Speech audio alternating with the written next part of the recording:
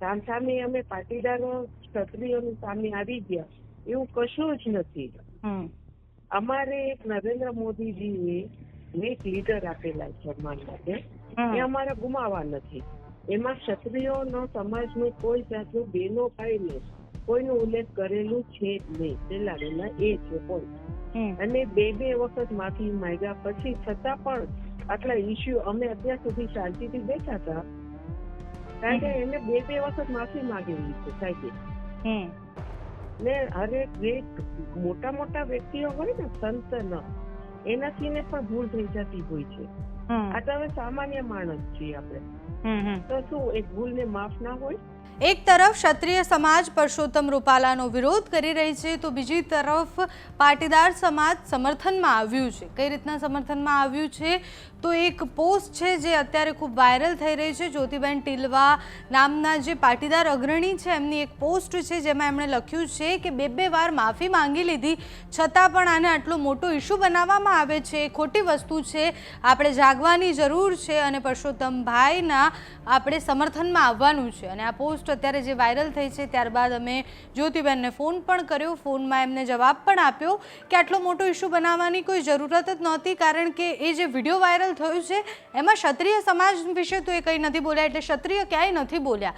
અને આટલા સરસ નેતા જ્યારે ભાજપે ઉતાર્યા છે રાજકોટમાં, તો આપણે એમનું સમર્થન જ કરવું જોઈએ. મેં જ્યારે એમને સવાલ પૂછ્યો કે જો પરસોત્તમ રૂપાલાની ટિકિટ કપાઈ છે તો તમે શું કરશો, તો એમણે કહ્યું કે મને તો 120% વિશ્વાસ છે કે ટિકિટ નહીં જ કપાય.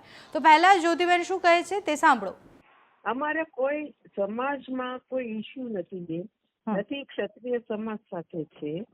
અમારે કોઈ જાતનું સમાજ સાથે વિરોધ નથી. સામસામે અમે પાટીદારો ક્ષત્રિયોની સામે આવી ગયા એવું કશું જ નથી. અમારે એક નરેન્દ્ર મોદીજીએ એક લીડર આપેલા છે સન્માન માટે, એ અમારે ગુમાવવા નથી. આટલા વર્ષો પછી જયારે રાજકોટમાં રૂપાલા સાહેબને મૂક્યા છે, આટલું સારું કામ કરતા હોવાથી, એટલે અમારે ગુમાવવા નથી. એ માટે આ લડાઈ કરી છે અમે. અચ્છા, પણ ક્ષત્રિય સમાજ પણ એવું કહે છે કે અમને ભાજપથી કોઈ વિરોધ નથી, માત્ર પરસોત્તમ રૂપાલા જે બોલ્યા છે એના કારણે અમને માફ ન કરી શકાય. એમાં પરસોત્તમ રૂપાલાનો તમે વિડીયો સાંભળશો ને બેન, પછી એમાં લાગશે કે એમાં ક્ષત્રિયોનું નામ જ નથી. પેલા એ સાંભળો તમે. એમાં ક્ષત્રિયોનો સમાજનું કોઈ જાતનું બેનો ભાઈને કોઈનો ઉલ્લેખ કરેલું છે જ નહીં. પેલા એ છે પોઈન્ટ. અને બે વખત માફી માંગ્યા પછી છતાં પણ આટલા ઇસ્યુ અમે અત્યાર સુધી શાંતિથી બેઠા હતા, કારણ કે એને બે વખત માફી માંગેલી છે સાહેબે. ને હરેક જે મોટા મોટા વ્યક્તિઓ હોય ને સંત એનાથી ને પણ ભૂલ થઈ જતી હોય છે. આ તો હવે સામાન્ય માણસ છીએ આપણે, તો શું એક ભૂલ ને માફ ના હોય?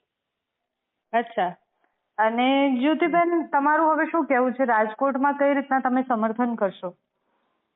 બસ અમારા સમાજ બધા જ્ઞાતિઓ સાથે અમારી સાથે છે, બધા સાથે છીએ અમે. ખાલી કડવા પાટીદાર નથી એવું નથી, બધા સમાજ સાથે અમે સમર્થન સાહેબ માટે કરવાના છીએ. અને નરેન્દ્ર મોદીજી જે સારું કામ કરી રહ્યા છે આપણા માટે, એના માટે પણ અમે અત્યારે લડવા તૈયાર છીએ કે અમને સારો આવા વ્યક્તિ મળ્યા છે તે ગુમાવવા નથી માંગતા. એનું સ્ટેન્ડ લેવા માટે થઈ અમે જે કઈ કરવાનું હશે એ કરવા તૈયાર છીએ અમે. અચ્છા, અને પરસોત્તમભાઈની ટિકિટ જો રદ કરવામાં આવે છે તો? અમારે 100% છે, 100 નહીં, 101% છે કે રદ જ નહીં થાય. હું એટલું કોન્ફિડન્સથી કહું છું. ઓકે, પણ ક્ષત્રિયોનો આક્રોશ જોતા તો લાગે છે, ક્ષત્રિયોનો જે આક્રોશ છે એ જોતા લાગે છે કે પક્ષી કંઈક તો નિર્ણય લેવો પડશે. એ થઈ જશે, શાંત થઈ જશે. ઓકે, હા, એને કોઈ સમાજ સાથે કોઈ લેવા દેવા નથી એ લોકોને, નથી ભાજપ સાથે. અમારે પણ કોઈ નથી એવું સમાજ સાથે, ક્ષત્રિય ભાઈ બહેનો સાથે પણ અમારે નથી.